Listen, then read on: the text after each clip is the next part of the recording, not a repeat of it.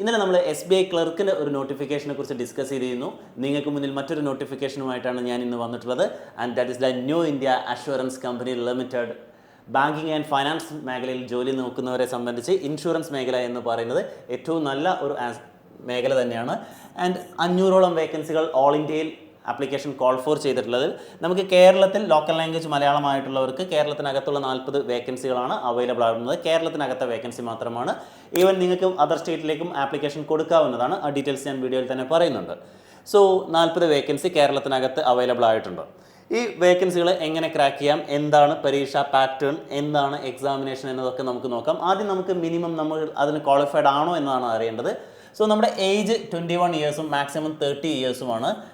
ഈ 2 ഡേറ്റുകൾക്കിടയിൽ നിങ്ങളുടെ ജനനദിനം വരികയാണെങ്കിൽ, ദാറ്റ് മീൻസ് യുവർ ബർത്ത്ഡേ ഈ 2 ഡേറ്റുകൾക്കിടയിലാണ് വരുന്നതെങ്കിൽ no doubt you can apply. ഇനി ആ 2 ഡേറ്റുകൾക്ക് ശേഷമാണ് വരുന്നതെങ്കിൽ നിങ്ങൾക്ക് റിലാക്സേഷൻ അവൈലബിൾ ആണെങ്കിൽ SC/ST റിലാക്സേഷൻ 5 ഇയേഴ്സും OBC റിലാക്സേഷൻ 3 ഇയേഴ്സും അതർ റിലാക്സേഷൻസ് ഉള്ളവർക്ക് ഈ ചാർട്ട് നോക്കിയാൽ തന്നെ മനസ്സിലാവും നിങ്ങൾക്ക് എത്രത്തോളം ഏജ് റിലാക്സേഷൻ അവൈലബിൾ ആണ് എന്നത്. സോ ഒരു യങ്സ്റ്റേഴ്സിനെ സംബന്ധിച്ച് എന്താണെങ്കിലും ഒരു 30 വയസ്സ് വരെ ഉള്ള ആളെ സംബന്ധിച്ച് ഇൻഷുറൻസ് മേഖലയിലെ ജോലിയിലേക്ക് കയറാൻ സാധിക്കുന്നതാണ്. മാത്രമല്ല ഈ ഇൻഷുറൻസ് മേഖല എന്ന് പറയുമ്പോൾ നമ്മളൊക്കെ വിചാരിക്കും ടാർഗറ്റ് ബേസ്ഡ് ഇൻഷുറൻസ് ഏജൻറ്റുകളെ പിടിക്കുക, അങ്ങനത്തെ ജോലി ഒന്നുമല്ല ഇത്. കാരണം ഇത് പ്യൂർലി ആൻ ഓഫീസ് ജോബാണ്. ക്ലറിക്കൽ പോസ്റ്റായിട്ട് അസിസ്റ്റൻ്റ് എന്ന പേരിൽ അറിയപ്പെടുന്നു. ദെൻ അടുത്ത നമ്മുടെ ക്വാളിഫിക്കേഷൻ എന്ന് പറയുന്നത് ഏജ് ഓക്കെ ആയിക്കഴിഞ്ഞാൽ എഡ്യൂക്കേഷൻ ക്വാളിഫിക്കേഷൻ നമുക്കുണ്ടോ എന്നതാണ്.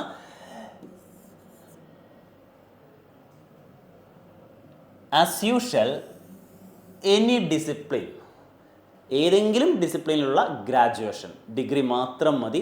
മാർക്കിൻ്റെ പെർസെൻറ്റേജ് പോലും ബാധകമല്ല. പിന്നെ ഒരു കാര്യം കൂടെ അവർ പറയുന്നുണ്ട്, should have passed in English as an a subject in SLC or higher secondary or graduate level. ഇതിലെവിടെയെങ്കിലും നമ്മൾ ഇംഗ്ലീഷ് ഒരു സബ്ജക്റ്റ് ആയിട്ട് പഠിച്ചിട്ടുണ്ടാവണം എന്ന് മാത്രമാണ്. അത് 10ാം ക്ലാസ്സിലാവാം, +2-ലാവാം, എവിടെയും ഡിഗ്രിക്കും ആവാം. ഇനി ഇത് രണ്ടിൻ്റെയും ക്വാളിഫിക്കേഷൻ അല്ലെങ്കിൽ എക്സാമിനേഷൻ ക്വാളിഫിക്കേഷൻ നമ്മൾ ഈ ഡിസംബർ 1-ാം തീയതിക്ക് മുമ്പ് നമ്മൾ അക്വയർ ചെയ്തിട്ടുണ്ടായിരിക്കണം എന്നതാണ് അടുത്തൊരു ക്വാളിഫിക്കേഷൻ. രണ്ടാമത്തെ ക്വാളിഫിക്കേഷൻ എന്ന് പറയുന്നത് knowledge of reading, writing and speaking of regional language എന്നാണ്. ഞാൻ നേരത്തെ പറഞ്ഞു കേരളത്തിൽ മലയാളമാണ് റീജിയണൽ ലാംഗ്വേജ് എങ്കിൽ അതർ സ്റ്റേറ്റിലേക്ക് നിങ്ങൾക്ക് ആപ്ലിക്കേഷൻ കൊടുക്കാൻ താല്പര്യമുണ്ടെങ്കിൽ കൊടുക്കാവുന്നതേ ഉള്ളൂ. പക്ഷേ അവിടുത്തെ ലോക്കൽ ലാംഗ്വേജ് എന്താണോ അത് റീഡ് ചെയ്യാനും റൈറ്റ് ചെയ്യാനും സ്പീക്ക് ചെയ്യാനും അറിഞ്ഞു വെച്ചിട്ടുണ്ടാവണം. ആൻഡ് അതിനുവേണ്ടി അവർ local language proficiency test conduct ചെയ്യും. അത് പാസ്സായാൽ മാത്രമേ നിങ്ങളുടെ റിക്രൂട്ട്മെൻറ്റ് പ്രോസസ്സ് കംപ്ലീറ്റ് ആവുകയുള്ളൂ. അതർവൈസ് നിങ്ങളുടെ കാൻഡിഡേച്ചർ ക്യാൻസൽ ചെയ്യപ്പെടും. സോ ലോക്കൽ ലാംഗ്വേജ് അറിയുമെന്ന് നമ്മൾ ഉറപ്പ് വരുത്തിയതിന് ശേഷം മാത്രം ആപ്ലിക്കേഷൻ കൊടുക്കുക. Candidates not found to be proficient in the regional language test would be disqualified എന്ന് പ്രത്യേകമായിട്ട് പറയുന്നുണ്ട്. സോ അതർ സ്റ്റേറ്റ് കൊടുക്കുന്നവർ ലാംഗ്വേജ് അറിയാമെന്നത് നിർബന്ധമായിട്ടും ഉറപ്പുവരുത്തേണ്ടതാണ്.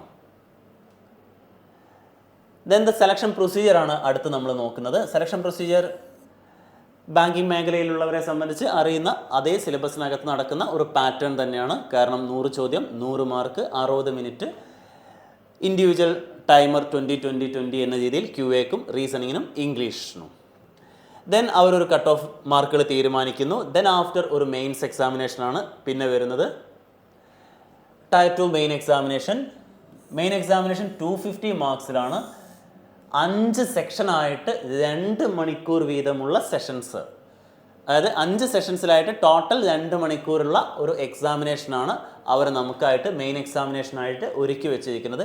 ഈ സെഷൻസ് നമുക്ക് നോക്കാവുന്നതാണ്. ടെസ്റ്റ് ഓഫ് ഇംഗ്ലീഷ് ലാംഗ്വേജ് 40 ചോദ്യം 50 മാർക്ക്, 30 മിനിറ്റ്സ് ആണ് പ്രൊവൈഡ് ചെയ്യുന്നത്. ടെസ്റ്റ് ഓഫ് റീസണിങ് 40 ചോദ്യം 50 mark, 30 minutes. Then numerical ability 40 questions 50 marks, 30 minutes. Computer knowledge 40 ചോദ്യം 50 മാർക്ക്, 15 മിനിറ്റ്സ് ആണ്. സാധാരണഗതിയിൽ കമ്പ്യൂട്ടർ നോളേജിന് ഇത്രയും ചോദ്യങ്ങൾ വളരെ അപൂർവമായിട്ടാണ് പറയാറുള്ളത്, ചില എക്സാമിനേഷൻസ് മാത്രമാണ്. സോ ഇവിടെ കമ്പ്യൂട്ടർ ഒരു മേജർ റോൾ വഹിക്കുന്നുണ്ട് എന്നത് നമ്മൾ ശ്രദ്ധിക്കേണ്ടതുണ്ട്. 15 മിനിറ്റ് സമയത്തുള്ളിൽ തന്നെ 40 ചോദ്യവും 50 മാർക്കും തന്നെ അവൈലബിൾ ആവുന്നു. ടെസ്റ്റ് ഓഫ് ജനറൽ അവയർനെസ് 40 ചോദ്യവും 50 മാർക്കുമായിട്ട് വീണ്ടും 15 മിനിറ്റ്സ്. അപ്പം സത്യത്തിൽ നമ്മൾ പലപ്പോഴും പ്രിലിംസ് എക്സാമിനേഷൻ പ്രിപ്പറേഷൻ നടത്തുന്നവരെ സംബന്ധിച്ച് ആദ്യത്തെ 3 സബ്ജക്റ്റുകൾ അവർ പ്രിപ്പറേഷൻ നടത്തുകയും ബാക്കിയുള്ള എക്സാമിനേഷൻ അല്ലെങ്കിൽ കമ്പ്യൂട്ടറും മറ്റു കാര്യങ്ങൾ GA ഉൾപ്പെടെയുള്ള സബ്ജക്റ്റുകൾ ആഫ്റ്റർ ദ പ്രിലിംസ് പഠിക്കാം എന്നായിരിക്കും ധാരണയെങ്കിൽ പലപ്പോഴും തെറ്റിപ്പോകുന്ന ഒരു സ്ട്രാറ്റജിയാണത്. അതുകൊണ്ട് തന്നെ ഞാൻ നിങ്ങളോട് പറയുക, ഈ എക്സാമിനേഷൻ കണ്ടുകൊണ്ട് നിങ്ങൾ പ്രിപ്പറേഷൻ നടത്തണം. കാരണം നിങ്ങൾക്ക് ഇപ്പോൾ ഓൾറെഡി നിങ്ങൾക്ക് വന്നുകൊണ്ടിരിക്കുന്ന എക്സാമിനേഷൻസിൽ ഇപ്പം വിളിച്ചിരിക്കുന്ന ഇൻഷുറൻസ് പ്ലസ് SBI ഇതിനെല്ലാം നമുക്ക് ഇതേ സബ്ജക്റ്റുകൾ തന്നെ പഠിക്കാനുള്ളതുകൊണ്ട് കോമൺ ആയിട്ട് നല്ല രീതിയിൽ ഒരു പ്രിപ്പറേഷൻ ഈ ഓരോ സബ്ജക്റ്റിനകത്തേക്കും നമ്മൾ ഇല്ലെങ്കിൽ നമ്മൾ ഇൻപുട്ട് ചെയ്യുകയാണെങ്കിൽ ഏറ്റവും മികച്ച റിസൾട്ടാണ് നമ്മളെ വെയിറ്റ് ചെയ്യുന്നത്. കാരണം ഒരു ജോലിയോ 2 ജോലിയോ എത്ര ജോലികൾ വേണമെങ്കിലും നമുക്ക് മേടിക്കാനും സാധിക്കുന്നതാണ്. ദെൻ ഇവിടെ ഉള്ളത് അടുത്തത് ഒരു എക്സാമിനേഷൻ ഫീ ആണ്. എക്സാമിനേഷൻ ഫീസ് എന്ന് പറയുന്നത് 850 രൂപയാണ്. ഓൾറെഡി ആപ്ലിക്കേഷൻ സ്റ്റാർട്ട് ചെയ്ത് കഴിഞ്ഞിട്ടുണ്ട്. ദെൻ എക്സാമിനേഷൻ സെൻറ്റേഴ്സ് കേരളത്തിലെ 9 ജില്ലകളിൽ നമുക്ക് എക്സാമിനേഷൻ സെൻറ്റേഴ്സ് അവൈലബിൾ ആണ്.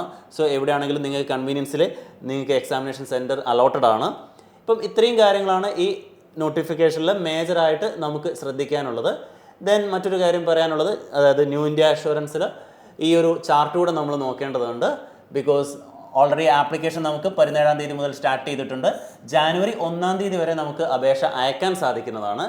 പ്രിലിമിനറി എക്സാമിനേഷൻ ഡേറ്റും അവർ ഡിക്ലെയർ ചെയ്തിട്ടുണ്ട്. ജാനുവരി 27-ാം തീയതി, അതായത് റിപ്പബ്ലിക് ഡേ കഴിഞ്ഞ് തൊട്ടടുത്ത ദിവസം തന്നെ നമ്മൾ ഒരു പരീക്ഷ എഴുതുകയാണ്. ജാനുവരി 27-ാം തീയതി. ഇന്നലെ വന്ന നോട്ടിഫിക്കേഷനിലും പ്രിലിംസ് എക്സാമിനേഷൻ ഫെബ്രുവരി ആണ്, ഇത് ജനുവരി ആണ്.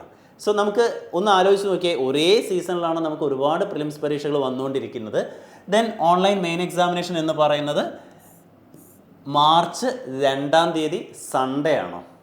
SBIക്ക് അത് മാർച്ച് ഏപ്രിൽ ടെനറ്റേറ്റീവ് എന്നാണ് പറഞ്ഞിരിക്കുന്നത്. അപ്പം ഇതൊക്കെ നമുക്ക് ഒരേ എക്സാം പ്രിപ്പറേഷൻ, അല്ലെങ്കിൽ നമ്മൾ പഠിക്കേണ്ട സബ്ജക്റ്റുകൾ ഒരേ കാര്യങ്ങൾ തന്നെയാണ്. QA, reasoning, English, GA and computer. പ്രോപ്പറായിട്ട് ഒരു വെൽ സ്ട്രക്ചേർഡ് മാനറിനകത്ത് നമ്മൾ പഠിച്ചു പോവുകയാണെങ്കിൽ 2025 എന്ന വർഷം നോ ഡൗട്ട് ദാറ്റ്സ് യുവേഴ്സ്. അപേക്ഷ അയക്കുക എന്നത് മാത്രമല്ല, ഇതിനു വേണ്ടിയുള്ള നമ്മൾ ഫുൾ എഫേർട്ട് എടുത്തിട്ടുള്ള ഒരു ഇൻപുട്ട് ഇടുക ആ എക്സാമിനേഷനകത്തേക്ക്. 2025 നിങ്ങളുടെ ഏറ്റവും നല്ല വർഷമാവട്ടെ എന്നുകൂടെ ആശംസിക്കുന്നു. ആൻഡ് NICLലേക്ക് നിങ്ങൾക്ക് പ്രവേശനം കിട്ടാൻ നല്ല പോസിബിലിറ്റി ഉണ്ട്. SBI ഉണ്ട്, മറ്റു നോട്ടിഫിക്കേഷൻസ് ഇനിയും അണിയറയിൽ ഒരുങ്ങുന്നുണ്ട്. സോ വെയിറ്റ് ഫോർ ദം എന്ന് ഞാൻ ഒരിക്കലും പറയുന്നില്ല. മുന്നിൽ കിട്ടിയിരിക്കുന്ന അവസരം, ഏറ്റവും മികച്ച അവസരം ആദ്യത്തെ ചാൻസിൽ തന്നെ ഉപയോഗിക്കുന്നവനാണ് ഒരു യഥാർത്ഥ പോരാളി. B A good fighter always.